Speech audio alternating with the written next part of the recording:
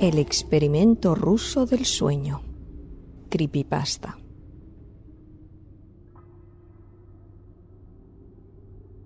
Investigadores rusos, a finales de los 40, mantuvieron a 5 personas despiertas por 15 días utilizando un estimulante basado en gas. Los tuvieron encerrados en un ambiente sellado para monitorear cuidadosamente el uso de oxígeno de manera que el gas no los matase, debido a las altas concentraciones de ese mismo gas. Esto fue antes de que existiera el circuito cerrado, por lo que tuvieron que usar micrófonos y ventanas con grosor de 5 pulgadas para observar a los sujetos. El cuarto estaba lleno de libros, catres, pero ninguna cama, agua corriente, baño y la suficiente cantidad de comida para que los 5 sobrevivieran por un mes.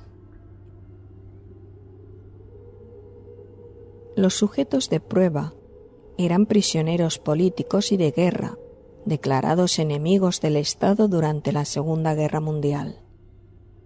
Todo estuvo bien durante los primeros 5 días. Los sujetos rara vez se quejaban después de que, falsamente, se les hubiera prometido su libertad si aceptaban tomar parte de la prueba y no dormir por 30 días. Sus conversaciones y actividades fueron monitoreadas y los científicos notaron que, conforme pasaba el tiempo, hablaban sobre incidentes traumáticos de su pasado. Después de 5 días, se empezaron a quejar de las circunstancias y eventos que los llevaron a donde estaban, y empezaron a demostrar paranoia severa. Dejaron de hablar entre ellos y comenzaron a murmurar de manera alterna en los micrófonos. De manera extraña, todos parecían creer que podían ganar la confianza de sus captores si traicionaban a sus camaradas. En un principio se creyó que esto era un efecto del gas. Después de 9 días, el primero de ellos empezó a gritar. Corría por todo el cuarto gritando repetidamente por 3 horas seguidas. Después, trató de continuar gritando, pero solo podía dar un grito ocasional. Los científicos pensaron que se había destrozado las cuerdas vocales.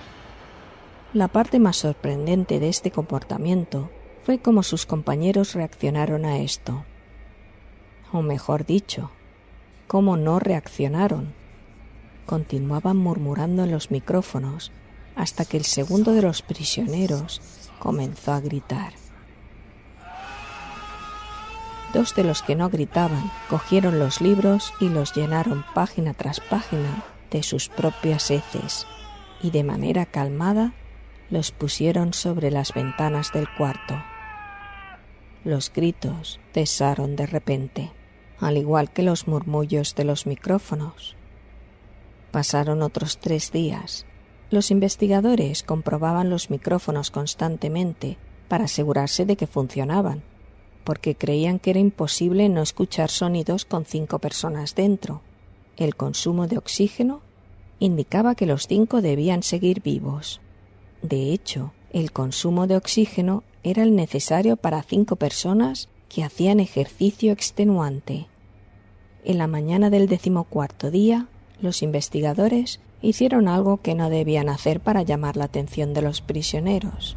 Utilizaron el intercom dentro del cuarto, esperando provocar respuestas en los prisioneros, pues temían que estuviesen muertos o en estado vegetal. Anunciaron: abriremos el cuarto para probar los micrófonos. Aléjense de las puertas y acuéstense con las manos atrás en el suelo, o se les disparará. Se les otorgará la libertad a uno de ustedes si obedecen. Para su sorpresa, escucharon solo una frase con voz calmada. No queremos ser liberados. Hubo un gran debate entre los investigadores y militares que financiaban el proyecto. Sin poder provocar más respuestas utilizando el intercom, finalmente se decidió abrir el cuarto a la medianoche del 15º día. Se limpió el gas del cuarto y se llenó de aire fresco. Inmediatamente voces de los micrófonos empezaron a objetar. 3 voces diferentes rogaban por la vida de sus seres queridos que encendieran el gas nuevamente. Se abrió el cuarto para sacar a los prisioneros. Gritaron más fuerte que nunca, al igual que los soldados cuando vieron lo que había dentro. 4 de los sujetos seguían vivos. Las raciones de los pasados 5 días no habían sido tocadas. Había pedazos de carne de las costillas y pantorrillas del sujeto muerto, colocados dentro del drenaje del cuarto, bloqueándolo, permitiendo que 4 pulgadas de agua se acumulara en el suelo. Los 4 supervivientes también tenían pedazos de piel y carne arrancada de sus cuerpos. La destrucción de tejidos y la exposición de huesos en la punta de sus dedos indicaba que las heridas fueron infligidas con las manos y no con los dientes como era de suponerse. Al examinarlos, se descubrió que la mayoría de las heridas fueron autoinfligidas en su mayoría. La piel y los órganos de detrás de las costillas fueron arrancados, mientras que el corazón, los pulmones y el diafragma seguían en su lugar. El tracto digestivo de los 4 sujetos podía verse trabajar. Estaban digiriendo su propia carne, que ellos habían arrancado y que se habían comido durante el transcurso de los días. La mayoría de los soldados eran fuerzas especiales rusas en las instalaciones, pero aún así, muchos se negaron a regresar a la habitación para sacar a los prisioneros. Estos, sin embargo, insistían a gritos que los dejaran dentro y de manera alterna rogaron y demandaron que se encendiera el gas nuevamente para evitar quedarse dormidos. Para sorpresa de todos, los sujetos opusieron una resistencia feroz cuando se les intentó sacar de la habitación.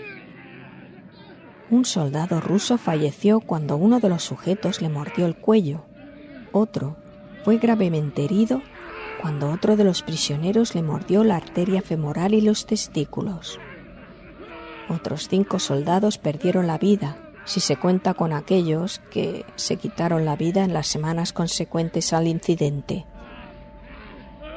Durante la lucha, uno de los prisioneros dañó su bazo, sangrando de manera casi inmediata.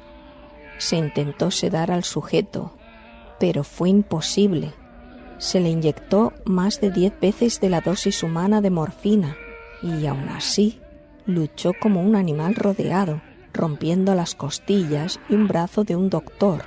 Se podía ver latir su corazón al máximo por 2 minutos completos mientras se desangraba y continuó gritando por más de 3 minutos, atacando a quien se le acercara, repitiendo la palabra «más» una y otra vez, cada vez más débil, hasta que quedó en silencio.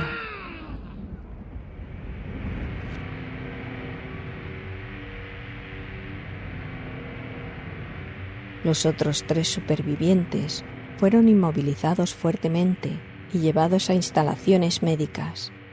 2 de ellos, con las cuerdas vocales intactas, demanaban continuamente más gas para permanecer despiertos.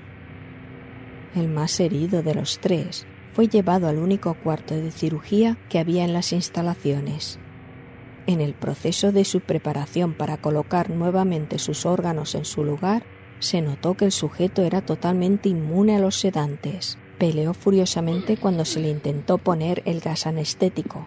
Se necesitó un poco más de anestesia de la normal para sedarlo, pero al momento que sus ojos se cerraron, su corazón se detuvo. En la autopsia se encontró que su sangre tenía más de 3 veces la cantidad normal de oxígeno. También se rompió 9 huesos en la lucha para no ser controlado. El segundo sobreviviente era el que primero gritó del grupo. Con sus cuerdas vocales destruidas, no pudo objetar la cirugía y solo reaccionaba agitando violentamente la cabeza en desacuerdo cuando se le administraba el gas anestésico. Afirmó violentamente con la cabeza cuando alguien sugirió hacer la cirugía sin anestesia y no reaccionó ante la misma, que duró 6 horas, en la cual se intentó reemplazar sus órganos abdominales y cubrirlo con lo que quedaba de su piel. El cirujano afirmó que era médicamente imposible que el sujeto siguiera con vida. Una enfermera aterrada que ayudó en la cirugía comentó que la boca del paciente formaba una sonrisa cada vez que sus ojos se encontraban. Cuando la cirugía terminó, el sujeto miró al cirujano y comenzó a hacer sonidos guturales como tratando de hablar. Asumiendo que esto era de una gran importancia, el cirujano le entregó un papel y una pluma para que el paciente pudiera comunicarse. Sigue cortando, escribió. Se le hizo la misma cirugía sin anestesia a los otros 2 sujetos. Se les tuvo que inyectar una sustancia paralizante, pues se reían constantemente y le era imposible realizar la operación. Una vez paralizados, solo podían interactuar con sus ojos. En el momento en que pudieron hablar nuevamente, exigieron una vez más el gas estimulante. Los investigadores trataron de averiguar por qué se hicieron daño de esa forma a sí mismos y por qué querían el gas nuevamente. La única respuesta fue: debo permanecer despierto.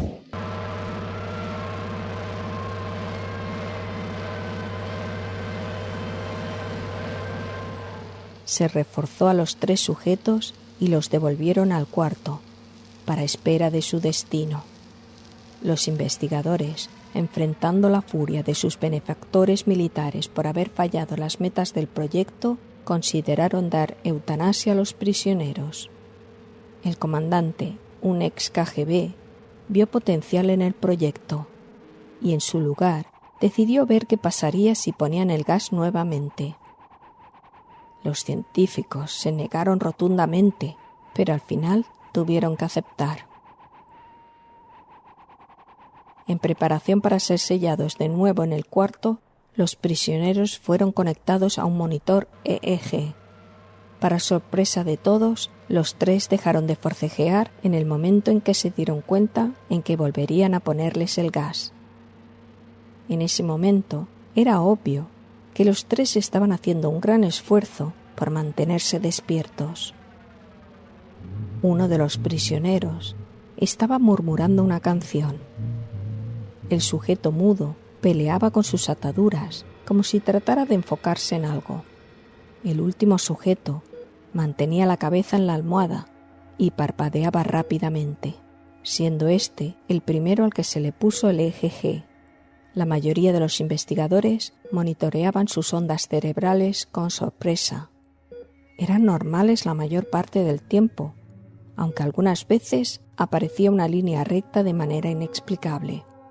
Parecía que repetidamente sufría de muerte cerebral. Mientras analizaban los datos, una enfermera notó que los ojos del sujeto se cerraron. Sus ondas cerebrales cambiaron inmediatamente por las del sueño profundo. Luego se pusieron rectas y de manera simultánea su corazón se detuvo. El único sujeto que quedaba, que podía hablar, comenzó a gritar para que lo encerraran en ese momento. Sus ondas cerebrales mostraban las líneas rectas del sujeto que acababa de morir por quedarse dormido. El comandante dio la orden de sellar el cuarto con los 2 prisioneros dentro, junto con 3 de los científicos. Uno de los 3 cogió un arma y abrió fuego contra el comandante, matándolo de un tiro entre los ojos. Después apuntó al prisionero mudo y le voló el cerebro. Apuntó al prisionero que quedaba vivo, mientras que los demás investigadores escaparon del cuarto. «No me encerrarán con estas cosas. No me encerrarán con ellos. No contigo, le gritaba el prisionero que estaba atado al camastro. ¿Qué eres?, preguntó. Necesito saber. El prisionero sonrió. Tan fácilmente te has olvidado de mí. Somos ustedes. Somos la locura que está encerrada en todos ustedes, rogando por la libertad en cada momento de tu vida, desde lo más profundo de tu mente animal. Somos aquello de lo que te escondes en tu cama todas las noches. Somos lo que duermes y silencias y paralizas cuando te vas a tu cielo nocturno, donde no te podemos alcanzar. El investigador hizo una pausa, apuntó al corazón del prisionero y disparó.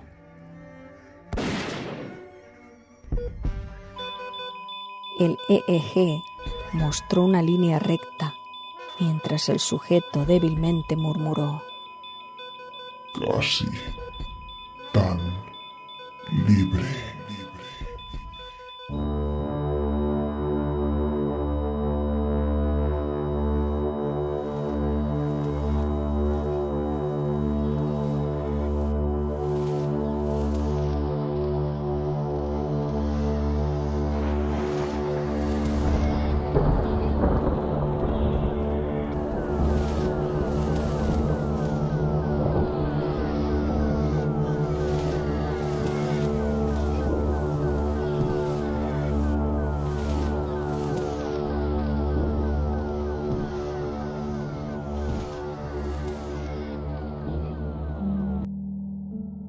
Antes que nada, me gustaría dedicarle este audio a Nelson Díaz de Uruguay por darme un súper gracias en YouTube.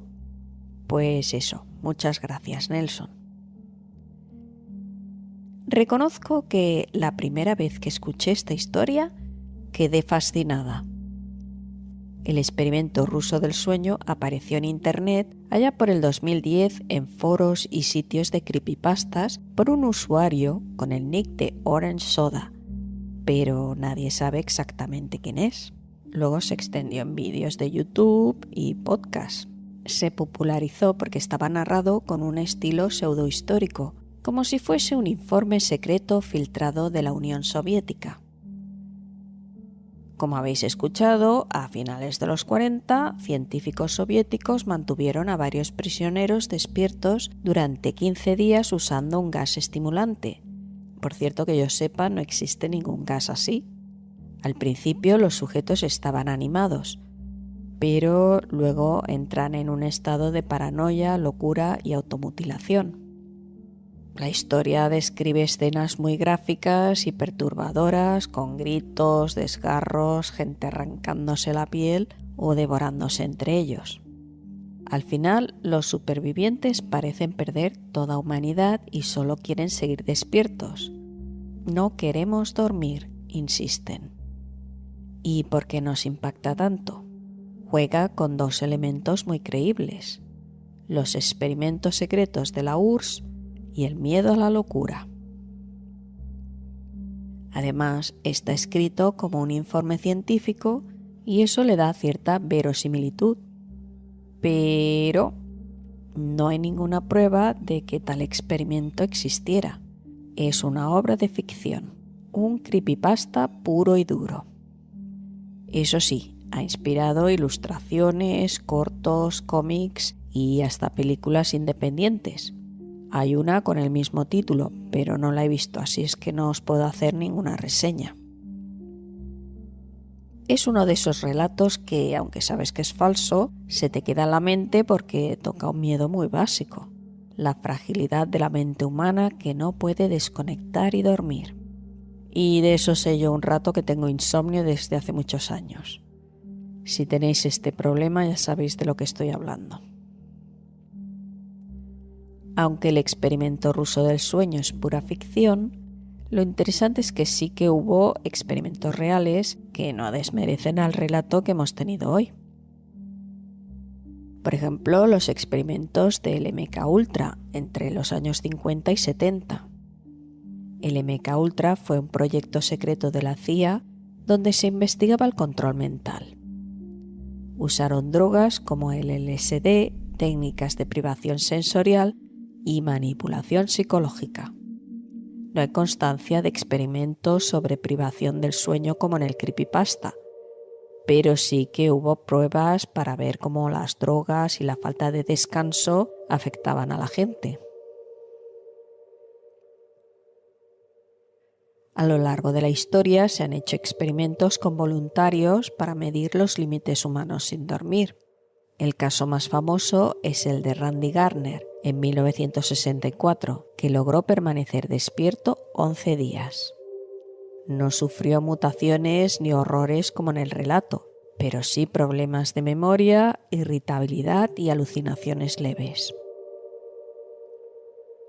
En regímenes autoritarios y en contextos de guerra, se ha usado la privación del sueño como forma de presión psicológica. Esto está documentado, pero hoy en día está considerado como trato inhumano. A lo largo de los siglos, en prisiones y centros de castigo, se han usado celdas estrechas, oscuras y con formas extrañas cuyo objetivo era impedir el descanso del prisionero. Algunas eran tan bajas que obligaban a estar encogido, o tan estrechas que no permitían tumbarse.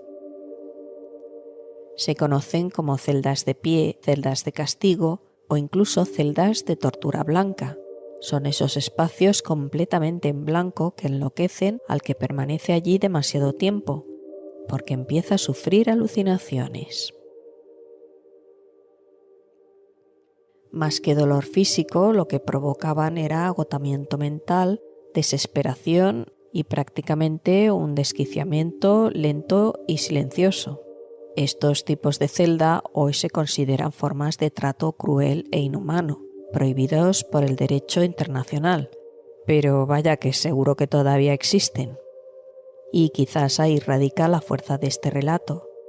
Aunque sepamos que es ficticio, resuena con ecos de nuestra propia historia, donde la ciencia y el poder a veces han cruzado líneas que nunca debieron cruzarse. ¿Y qué es lo que pasa de verdad cuando no dormimos? El cerebro empieza a mezclar lo real con lo imaginario. Las alucinaciones por insomnio son una forma de estado alterado de conciencia. Sombras que se mueven, voces que no existen, figuras al acecho. Es como si el inconsciente, al no poder expresarse en sueños, invadiera la vigilia con sus monstruos.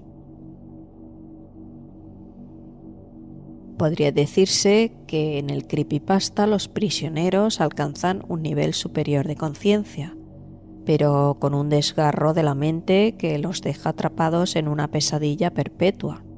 Y lo inquietante es que puede recordar en cierto modo a las visiones de místicos o chamanes, solo que aquí sin guía, sin propósito, aparte del caos devorando la razón. Los protagonistas me recuerdan un poco a Hellraiser. Son un poco masocas y quieren entrar en ese infierno espantoso voluntariamente, y no sabemos por qué. Creo que ahí está la genialidad del relato, darle la vuelta al símbolo del sueño y convertirlo en su reverso tenebroso. No entran en una nueva dimensión soñando, sino sin soñar. Porque sí, si hay algo horrendo es el insomnio, os lo digo yo. El sueño no es un lujo, sino una necesidad vital. Cuando no dormimos, nuestra mente empieza a traicionarnos. Perdemos concentración, la memoria se nubla y el ánimo se oscurece. Con el tiempo, el cuerpo también pasa factura. Aumenta el riesgo de enfermedades y nuestra salud se deteriora. Vamos a ver los efectos del insomnio. Los efectos a corto plazo, una o varias noches sin dormir bien, nos produce falta de concentración, es decir, nos cuesta pensar con claridad o tomar decisiones. Hay una leve pérdida de memoria, se nos olvidan las cosas simples, cambios de humor, irritabilidad, ansiedad o tristeza sin motivo. En algunos casos se puede llegar a alucinaciones leves y problemas de coordinación, torpeza al movernos y reflejos lentos. Los efectos a largo plazo, insomnio crónico o mala calidad del sueño, nos produce debilitamiento del sistema inmune y de este modo enfermamos más fácilmente. Riesgo cardiovascular, aumenta la posibilidad de hipertensión y problemas de corazón, alteraciones metabólicas, mayor riesgo de obesidad y diabetes, envejecimiento prematuro, la piel y el cuerpo no se recuperan bien y deterioro cognitivo. Con los años, la falta de sueño puede afectar la salud cerebral y la memoria. El insomnio no nos convierte en monstruos como en el creepypasta, pero sí que puede volvernos vulnerables, enfermos e incluso hacernos sentir que estamos perdiendo poco a poco la cordura. Al final, este relato parece una versión perversa de Alicia en el País de las Maravillas. No se entra en el mundo de los sueños para descubrir maravillas, sino que, privados de dormir, los personajes caen en un abismo de locura y visiones. Es como si la mente, incapaz de descansar, abriera por la fuerza puertas que deberían permanecer cerradas. En mi último libro, El Día de la Ira, también reflexiono sobre el sueño, pero desde otra perspectiva. La posibilidad de que a través de él la conciencia pueda viajar a otras dimensiones un tanto infernales, y no digo más para no hacer spoiler. De ahí radica la fascinación de esta historia. Es que el sueño o su ausencia nos recuerda lo frágil que es la frontera entre la razón y la locura. Y aunque sepamos que nunca hubo un experimento así en Rusia o la URSS, sí que hubo experimentos estrambóticos como querer hacer supersoldados mezclando los genes de personas con simios. Imaginaos la manera. Y sí, es lo que estáis pensando. Y eso no fue leyenda urbana ni nada. Pero esa historia la podemos contar en otra ocasión. A ver si encuentro algún relato de monos humanos o humanos simiescos y os traigo esta anécdota histórica tan estrambótica. Por último, muchos os estaréis preguntando de dónde procede la famosa imagen del creepypasta. Un hombre despellejado con una sonrisa sardónica y ojos enloquecidos. Pues es un muñeco de Halloween de tamaño real llamado Spasm.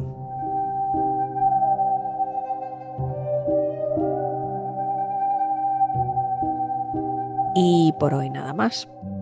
Espero que os haya gustado este creepypasta, que ya es un clásico, y como siempre, gracias por llegar hasta aquí. Regálame un like si te ha gustado, suscríbete para que no se te escape nada, comparte, comenta, y ya sabéis que si me invitáis a un café, os envío el ebook de Cuando los siglos se reduzcan a cenizas. Os dejo el link en la descripción. ¿Que no os gusta el formato ebook? Yo era igual. Yo solo quería leer en papel hasta que le puse la voz al texto. Y cuando leo desde mi móvil lo hago mucho más concentrada que de la manera ordinaria. Os lo digo yo que tengo problemas graves de atención. ¿No os acordáis de cuando estabais en la clase y teníais que leer por turnos? Toda la clase estaba concentrada en la lectura. Y yo creo que es porque nuestro cerebro conecta la lectura del oído y de la vista. Bueno, no sé. El caso es que leo mucho más así. Probad este sistema y me contáis. Bueno, yo me voy a mi ataúd a echarme una siestecilla, que tengo ganas de ir al lado tenebroso del sueño. Pero antes os voy a desear muy buenas noches, mis queridas criaturas oscuras.